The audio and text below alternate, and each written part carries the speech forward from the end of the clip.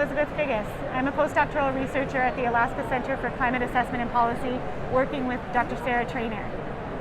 And I'm Simon Friday. I am an undergrad at University of Alaska Fairbanks, majoring in psychology. Hopefully going to be graduating in the spring. We'll see.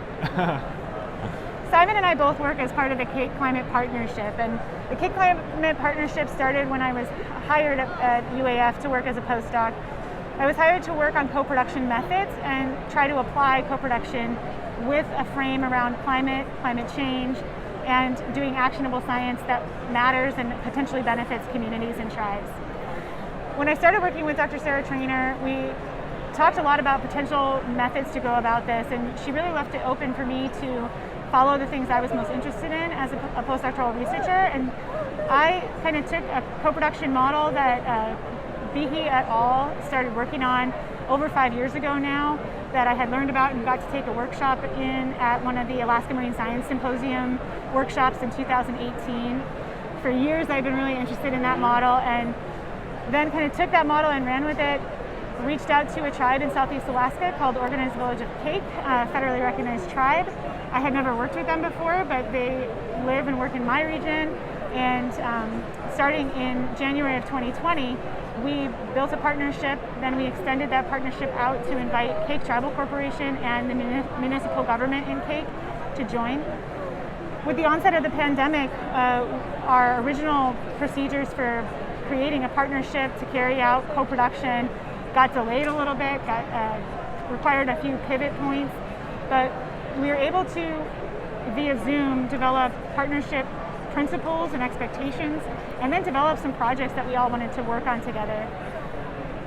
Starting in May of 2020, the local partners in Kake, the tribe, the tribal corporation, and the city government all agreed that what they really wanted to focus on was beginning an ocean monitoring project in the pandemic year, when cruise ship traffic and all other boat traffic was brought to a standstill.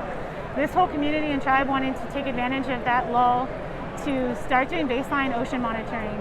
And so what we did as a team, as a larger partnership, following the Behe et al. Co-production methods, was that from the beginning of the partnership, we sat down and we decided which aspects of ocean monitoring were most important to the tribe, which aspects aligned with climate change adaptation goals of the Alaska Center for Climate Assessment and Policy.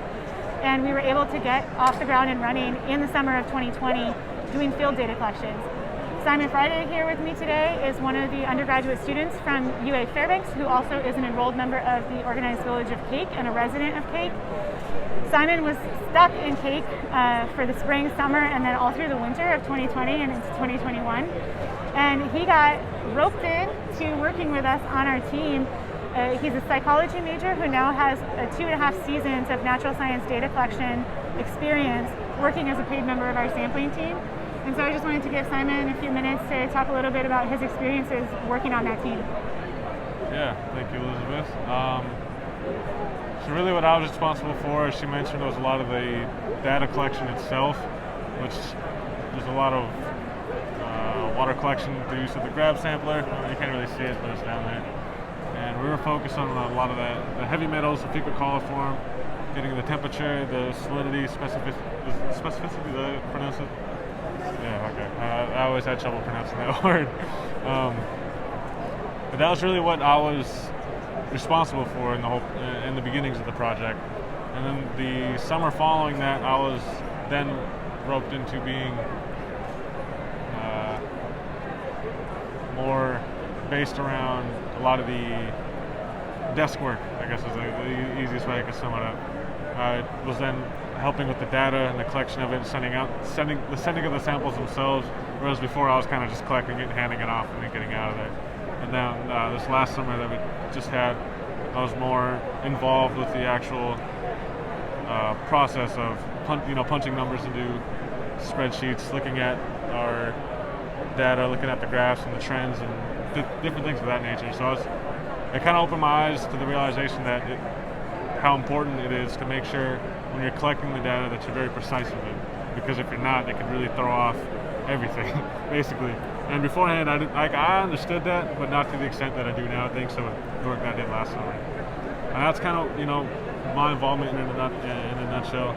I've been really thankful to be working alongside Dr. Figus. She's been a huge help in not only this aspect, but also other aspects. She's always the first to let me know if I ever need help with, finding a job even. She's there to be a letter of recommendation or even help me prepare for an interview and different things like that. So I really have appreciation for her. I know my community does as well, because the work that we're doing really does help us not only in the fight against, it's not even really a fight, it's more like checking the tourism industry, because we don't want them contaminating our waters because of how heavily we depend on the waters for our food.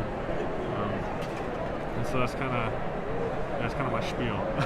Yeah, and Simon and I keep talking about how we got him roped into working with us, because while he's not a natural science major, as a young leader in his community and as a skilled and intelligent young member of his community, he's been a critical part of all that we do.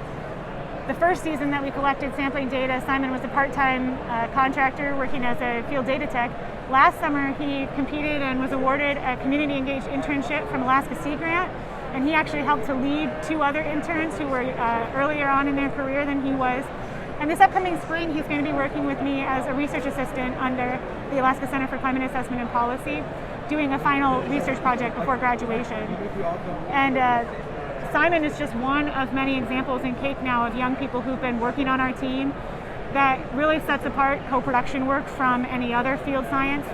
The community, the tribe, and the tribal corporation made it very clear in no uncertain terms at the beginning of our partnership that while data collection was important to them, much more important was working with youth and providing job opportunities for local residents.